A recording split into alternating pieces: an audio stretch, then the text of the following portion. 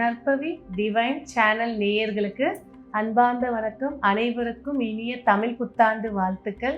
So இந்த தமிழ் புத்தாண்டு அப்படின்னு எடுக்கும்போதே பார்த்திங்கன்னா ஒரு வருஷத்தில் 2 புத்தாண்டு வருதா, ஒன்று ஆங்கில புத்தாண்டு, ஒன்று தமிழ் புத்தாண்டு அப்படின்னு சொல்கிறதுல நம்மளுடைய இந்திய மக்கள் எல்லாரும் மிக முக்கியத்துவம் கொடுக்கக்கூடிய ஒரு நாள் அப்படின்னாக்கா இந்த தமிழ் புத்தாண்டு.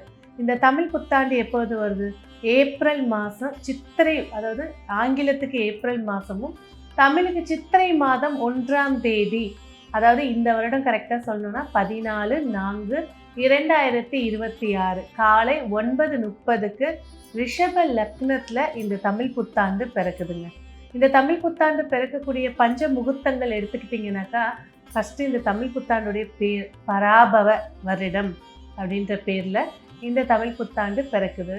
செவ்வாய்க்கிழமை, திரையோதசி திதி, சதய நட்சத்திரம், சுக்ல யோகம், கௌளவ கரணம் கூடிய முகூர்த்தத்தில் இந்த வருடம் தமிழ் புத்தாண்டு பிறக்குது.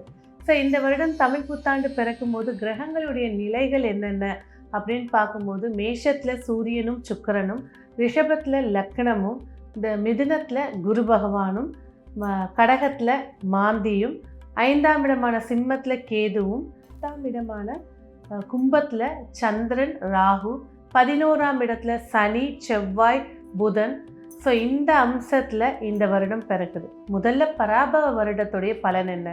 பராபவ வருடத்துடைய பலன் அப்படின்னு பார்க்கும்போது பார்த்திங்கன்னா, சர்வ நாசங்களையும் பிரச்சனைகளையும் போர்களையும் இந்த உள்ளூர்லேயும் சரி வெளியூர்லேயும் சரி நிறைய இயற்கை சீற்றங்களை ஏற்படுத்தி கொடுக்க போகுது.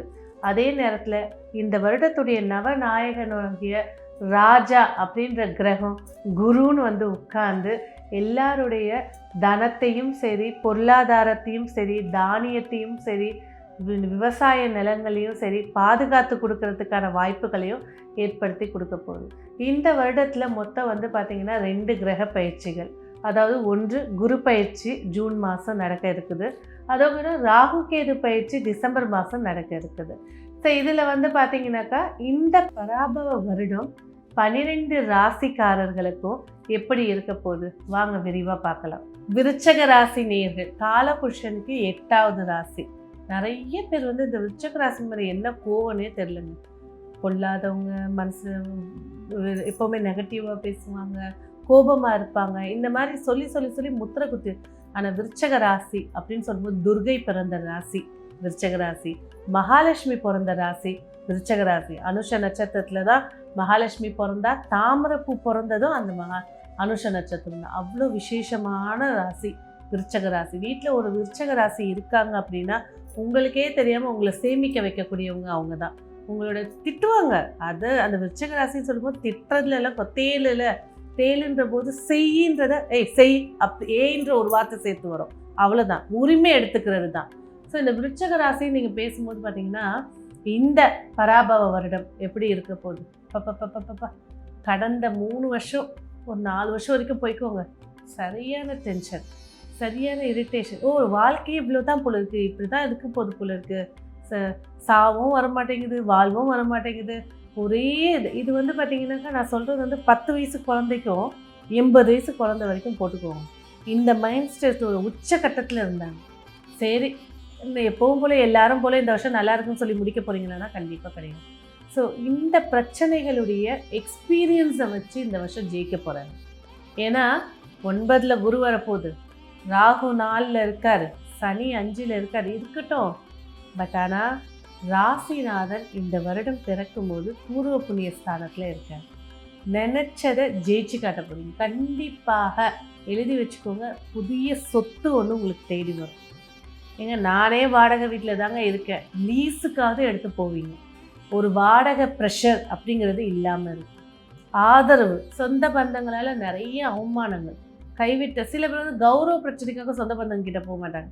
இந்த நாளில் இருக்கக்கூடிய ராகு பிரச்சனைகளை கொடுத்தாலும் உங்களுக்கு அரவணைப்பை ஏற்படுத்தி கொடுக்கும். சரி, இந்த விருச்சக ராசிக்கு பொருளாதாரம் எப்படி இருக்கும் போது? பொருளாதாரத்தில் தான் பிரச்சனை கிடையாது, வருமானம் வருது, ஆனால் அந்த வருமானம் பத்தலை, இன்னும் கொஞ்சம் வளர்ச்சி கிடைக்கணும், அவ்வளோதான். இந்த ஜூனுக்கு மேலே குரு பகவான் 9ஆம் இடம் சொல்லக்கூடிய பாக்கியஸ்தானத்தில் 5ஆம் பார்வையாக விருச்சகத்தை பார்க்க போகிறாரு. குரு மங்கள சந்திர யோகம். செவ்வாய் வீடு சந்திரன யோகம். இந்த யோகம் மனை யோகத்தையும் பதவி யோகத்தையும் ஏற்படுத்தி கொடுக்கும். முயற்சிகள் வெற்றியை ஏற்படுத்தி கொடுக்க போகுது.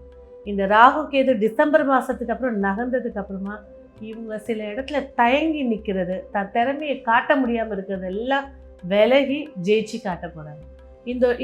இதோட ரிஃப்ளெக்ஷன் எப்படி இருக்கும்னாக்கா, நிறைய விஷயத்த பயந்து ஒன்று வெயிட் லாஸ் ஆகிறது, இல்லை ஸ்ட்ரெஸ்ஸில் வெயிட்டோட உச்சத்துக்கு போயிடுறது, எந்த ஒரு விஷயத்துக்கு படப்படப்பாகிறது. இதான் இவங்களோட சைடு எஃபெக்ட்ஸ்.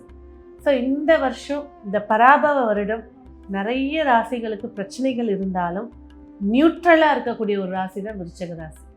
பாக்கியங்கள் நிறைஞ்சிருக்கும் போது குலதெய்வத்தை நான் கும்பிட்டுக்கிட்டே இருக்கேன், அருள் கொடுக்கல, குலதெய்வத்துடைய வாக்கே இவங்க மேலே வரப்போகுது. நிறைய மாற்றங்களை சந்திக்க போகிறாங்க. எங்கெங்கே கவனமாக இருக்கணும், பெண்களாக இருக்கக்கூடிய பட்சத்தில் ரெகுலராக பீரியட்ஸ் வருதா அதை கண்டிப்பாக பார்க்கணும். உடம்புல பார்த்திங்கன்னா கொலஸ்ட்ராலோட லெவல் குறைஞ்சி போகும். ஹேர் லாஸு, நல்லா இருப்பாங்க, ஒரு 18 வயசுக்கு எப்படிங்க நல்லா தாங்க இருப்பாங்க, ஆனால் ஒரு கெரினஸ் இருக்கும் உடம்புல, கண்ணு கொஞ்சம் பாதிப்பு இருக்கும். மொத்த உடம்புக்கு டானிக் வச்சுட்டா போதும், பெரிய வியாதிகள் அப்படின்னு பயப்பட தேவையில்லை. இதே ஒரு 50+ இருக்காங்க அப்படின்னா கண்டிப்பாக கேஸ்ட்ரிக்கு, ஹார்ட் சார்ந்த விஷயங்கள், முதுகு தண்டு சார்ந்த விஷயங்களில் கேர்ஃபுல்லாக இருக்கும். இந்த வருடம் எடை யோகம் இருக்குதுன்னு சொல்லிட்டேன், கண்டிப்பாக மகிழ்ச்சியாக இருங்க.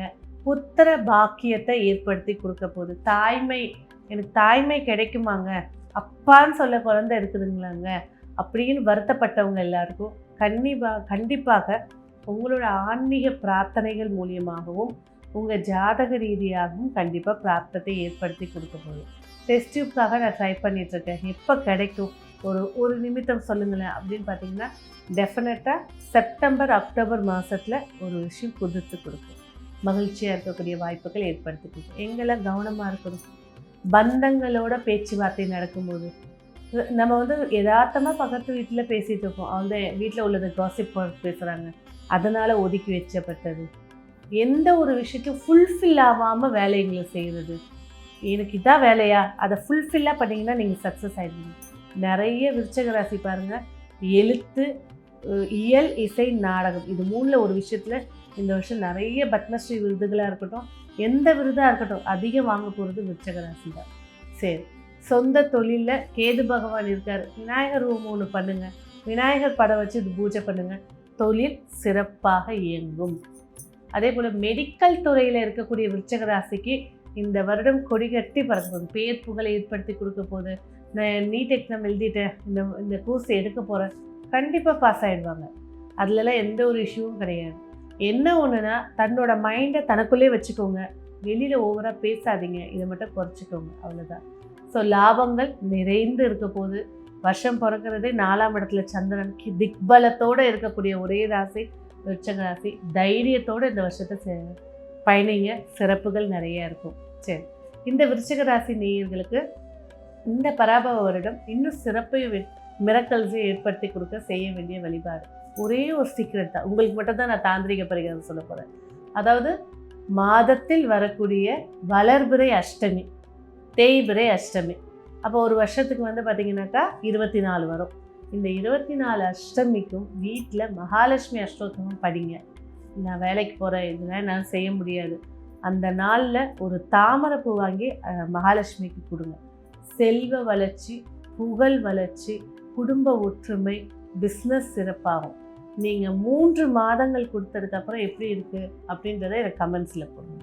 இந்த வருடம் உங்களுக்கான வெற்றிக்கான வண்ணம் கண்டிப்பாக சக்ஸஸை கொடுக்கக்கூடிய வண்ணம்னே வச்சுக்கலாம், பர்பிள் கலர். வெற்றிக்கான எண் 9ஆம் எண். நன்றி.